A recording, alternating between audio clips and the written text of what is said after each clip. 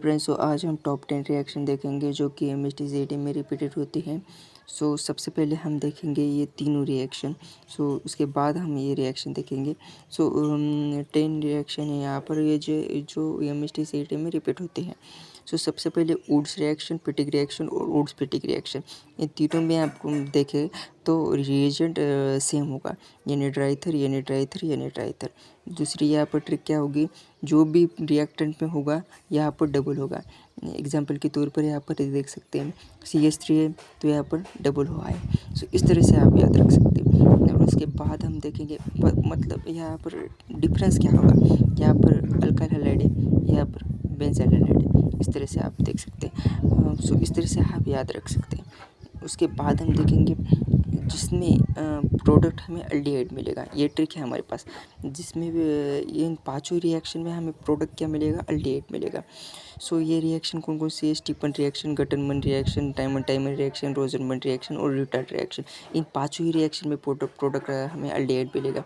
आपको क्वेश्चन में पूछा जाएगा कि स्टीफन रिएक्शन का प्रोडक्ट क्या होगा, तो आपको याद रहेगा, इस तरह से आपको याद रहेगा कि हमारा प्रोडक्ट हमें अल्डिहाइड मिलेगा। सो उसकी यहाँ पर देख सकते हैं आप पांचों ही रिएक्शन में हमें प्रोडक्ट अल्डिहाइड मिलेगा।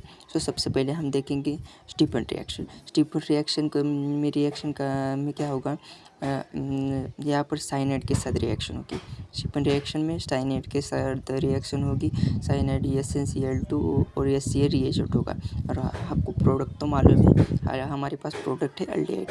उसके बाद ईटार्ड रिएक्शन की मैं आपको ट्रिक बताऊंगा। ईटार्ड यहाँ पर टोल्यूइन है हमारे पास, और यहाँ पर हमारे पास अल्डिहाइड मिल रहा है। सो यहाँ पर आपको क्या होगा, यहाँ पर मैं आपको ट्रिक बताऊंगा। ट्रिक है यहाँ पर टोलूराम को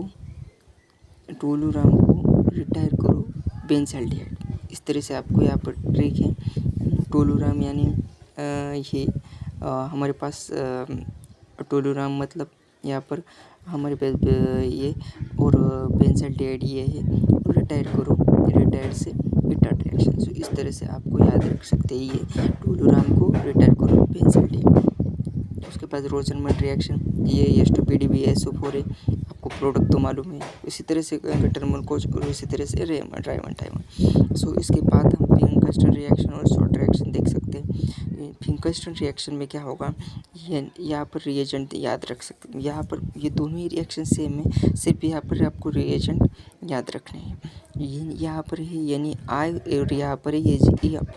फिंकस्टन रिएक्शन में क्या होगा, यानी और यक्स बाहर जाएंगे, और यहाँ पर आर और आई लगेगा। उसके बाद AG और X बाहर जाएगा, और R एफ से जुड़ेगा। सो इस तरह से आप ये याद रख सकते हैं। ये टॉप 10 रिएक्शन है, ये जो कि रिपीटेड होती है MSTCET में। सो इस तरह से आप ये याद रख सकते हैं। So thank you for watching.